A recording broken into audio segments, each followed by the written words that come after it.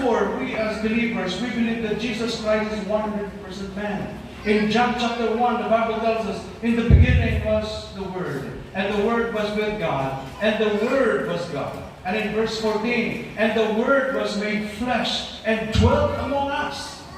Yan ang Panginoon sa Kristo. Yan ang tinuro natin sa mga bata. Yan ang tinuro natin sa mga juniors. Yan ang tinuro natin sa mga young people. That Jesus Christ came in order to be crucified on the cross. The Son of the living God crucified on the cross. Ang Panginoon sa Kristo ay nagkatawang tao upang ang kanyang katawan ay yun po ang ipago sa cross. Upang tayong lahat ay maligtas at magkaroon ng buhay na walang hanggan sa pamamagitan niya. Jesus Christ is Lord for the glory of the Father.